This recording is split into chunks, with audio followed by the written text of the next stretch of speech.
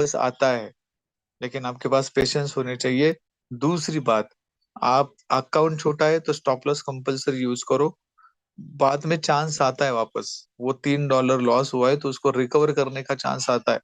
अगर वो रिकवर भी हो गया, इसका मतलब हो गया कि हम सक्सेसफुल हो गए।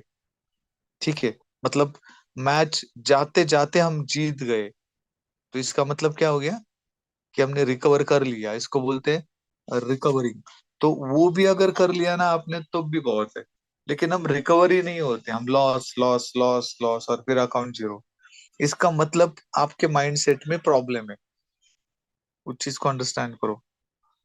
हम यहाँ पर लॉस करने के लिए नहीं आते, हम यहाँ पर प्रॉफिट करने के लिए आते हैं। किसी भी मार्केट में हम यही सारी चीज करने के लिए आते हैं। लेकिन हमारा माइंडसेट गलत होता है, हमारी प्रोसीजर गलत होती है। हम किसी भी चीज को राइट डाउन नहीं करते, किसी चीज को अंडरस्टैंड नहीं करते, हम किसी पैटर्न को अंडरस्टैंड नहीं करते। सिर्फ मार्केट एक जगह से फॉलो हो रहा है, नीचे गिर रहा है तो हम वहां पर सेल में बैठ जाते, ऊपर जा रहा है तो बाय में बैठ जाते। लेकिन बैठना कब है? आप बैठो बाय में, बराबर है आपकी बात, ट्रेंड को फॉलो कर रहे हैं, लेकिन बैठना कब है ये भी बहुत इंपॉर्टेंट है। आप अगर रॉन्ग जगह पे बैठोगे बाय में तो फिर उसका कोई फायदा नहीं है। ठीक है, तो आई होप आज का ये सेशन आपको अंडरस्टैंड हुआ होगा। बहुत सारी चीजें यहाँ से क्लियर हुई है आपको कि किस तरह से आपका ट्रेडिंग प्लान होना चाहिए अकॉर्डिंग टू ट्रेडिंग। जब आप ट्रेडिंग करने जाओगे तो हर एक सेम नहीं होगा, अलग अलग हो सकता है। ट्रेडिंग प्लान का एक इमेज मैं आपको भेजूंगा। आप एक नया डायरी या फिर कोई भी नोटबुक लीजिए और उस तरह से बनाइए कि मुझे डेली कितने सिग्नल्स लेने हैं, कौन से आधार पर मैंने ये सिग्नल लिया था, उसका रीजन लिखिए। कि जैसे एग्जांपल, यहाँ पर एंगल्फिंग बना था, भले वो बेरिश हो बुलिश हो, वो बना था, उसके अकॉर्डिंग मैंने ट्रेडिंग लिया था। या फिर 5 EMA के अकॉर्डिंग मैंने ट्रेडिंग लिया था, कैंडल हवा में शो कर रही थी, फिर कंफर्मेशन मैंने लिया और फिर उसके बाद में मैंने ट्रेड लिया। तो ऐसे आप लिखो। जब तक आप लिखोगे नहीं, आपको आपकी गलती समझ में नहीं आएगी। और अगर गलती समझ में नहीं आएगी तो बार बार सेम गलती होती रहेगी। तो उस चीज को थोड़ा सा आप अंडरस्टैंड करो। बोलिए सर। हाँ सर।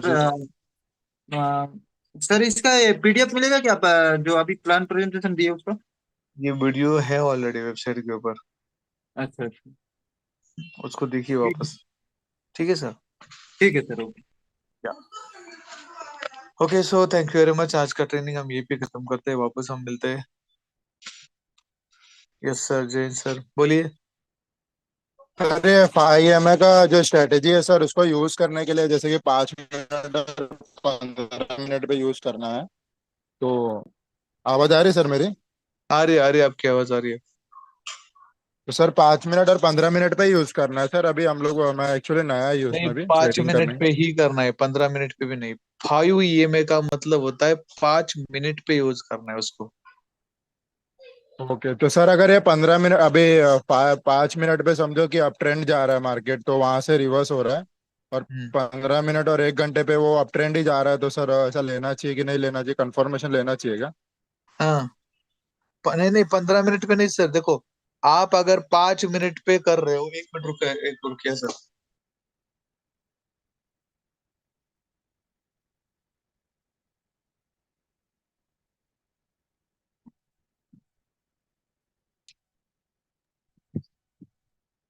सर आपको 5 मिनट का टाइम फ्रेम ही फॉलो करना है।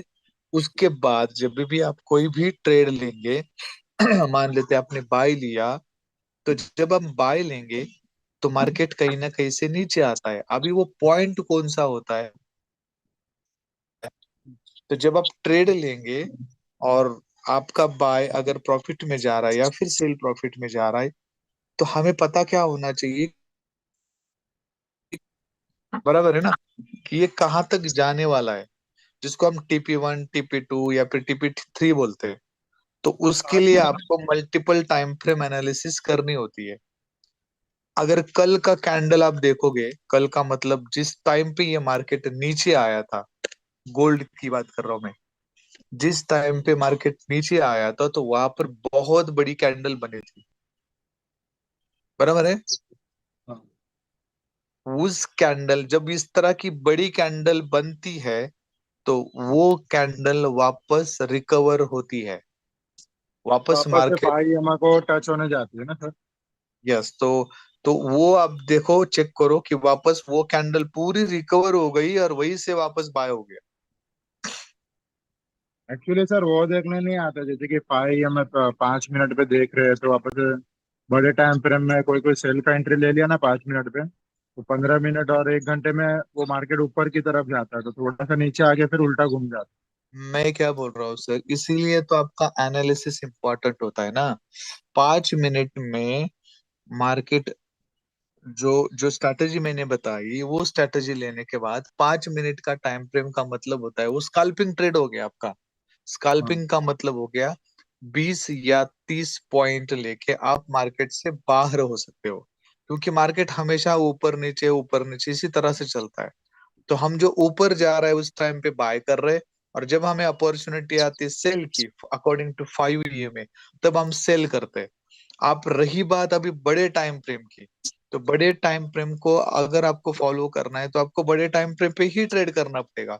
उसके लिए आपको घंटों रुकना पड़ेगा। अगर 1 आवर की कैंडल को आप देख के ट्रेड कर रहे हैं तो वो 1 आवर की कैंडल का क्लोजिंग कहाँ पर हो रहा है, उसको देखने के लिए आपको रुकना पड़ेगा, पहली बात। दूसरी बात, बड़े टाइम फ्रेम पे जब मार्केट रिटेस्ट के लिए आएगा, मार्केट जब रिटेस्ट के लिए आएगा, तो उस टाइम पे भी अगर आपको समझ में आया कि ये रिट्रेसमेंट है, तब समझ में आया तो ठीक, नहीं समझ में आया तो आपका। इसीलिए जो भी मूवमेंट्स होती है छोटी छोटी, जो हमें 1 आवर 4 आवर डेली वहां पर शो नहीं होती, वो हमें छोटे टाइम फ्रेम पे शो होती है। इसलिए आपको क्या क्या बोला जाता है कि छोटे टाइम फ्रेम पे ट्रेड करो, कि हमें वहां पर पता चलता है कि एग्जैक्टली क्या चल रहा है। ठीक है सर, राहुल सर। ठीक है सर, अभी 5 मिनट पे अगर कर रहा है तो कोई और टाइम पे ध्यान नहीं रखना है ना, फिर अगर उस पे कर रहा है तो? देखना है टाइम फ्रेम, लेकिन वो सिर्फ सपोर्ट और रेजिस्टेंस के लिए देखना है। ओके। बड़ा टाइम फ्रेम भी आपको देखना है, लेकिन ये देखना है कि जहां पर मैं बाय कर रहा हूँ, एग्जांपल बता रहा हूं आपको, कि जहां पर आप बाय कर रहे हो सकता है उस बाय पे 4 आवर पे बहुत बड़ा रेजिस्टेंस है, तो आप क्या करोगे उस टाइम पे? मार्केट तो नीचे ही बाय आएगा नहीं ना करना है जब ना आप बाय सर, करोगे तो। नीचे आएगी। सिंपल हाँ। सी बात है।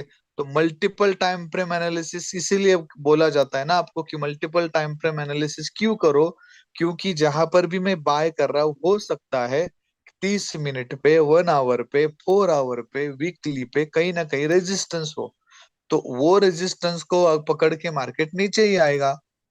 तो इसीलिए मल्टीपल टाइम फ्रेम एनालिसिस करो कि रेजिस्टेंस कहाँ पर है और सपोर्ट कहाँ पर है।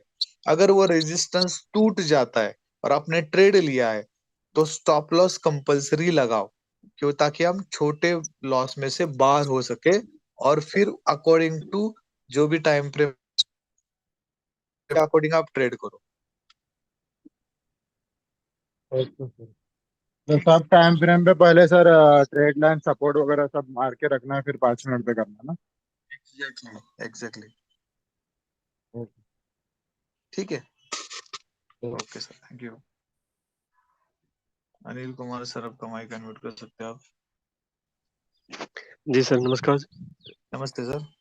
सर, वो आपने ये 5 माई को पाँच पाँच अपने मिनट पे बताया सर। इस पे हम्म, अपने लेते हैं तो सर, अगर 0.01 का लॉट लेते हैं तो भी 15 सेंट जाते हैं ना सर? हाँ तो 15 सेंट 20 पॉइंट, आपने बोला 20 पॉइंट तक जाएगा, तो ये लगभग 30 तक जाता है, तो 15 सेंट 20% प्रॉफिट होता है ना सर इसमें? सर, 20 पॉइंट का मतलब $2 प्रॉफिट होता है, 20 पिप्स। अच्छा जी। मैंने सर किया 3 दिन हो गए लगभग, तो उसमें प्रॉफिट बहुत कम होता है सर इसमें। 20 पिप्स बोल रहा हूँ सर मैं, 20 पिपेट्स नहीं बोल रहा हूँ। अच्छा जी, 20 पिप्स। 20 पिप्स का मतलब होता है $2। $2 में से 15 सेंट अगर गए, तब भी आपका प्रॉफिट हो गया 1.85 सेंट। हाँ जी, बिल्कुल। ठीक है। सर एक और पूछना था, वो जैसे हम्म वेव एनालिसिस होती है, जो वेव एनालिसिस, हम्म वो आप सर, आपका चैप्टर आया नहीं सर इसमें, और उसके बारे में पूछना सर, वो कैसे मतलब। वेव एनालिसिस वो क्या हाँ होता जी, है? वेव एनालिसिस वेव एनालिसिस जैसे मैंने किसी ट्रेडर से पूछा, उन्होंने बताया भी, जब सपोर्ट और रेजिस्टेंस है ना, कई बार सही वर्कआउट नहीं करता जी। हम्म तो तो वेव वो प्राइस एनालिसिस। एक्शन में विजय सर ने सिखाया होगा ना।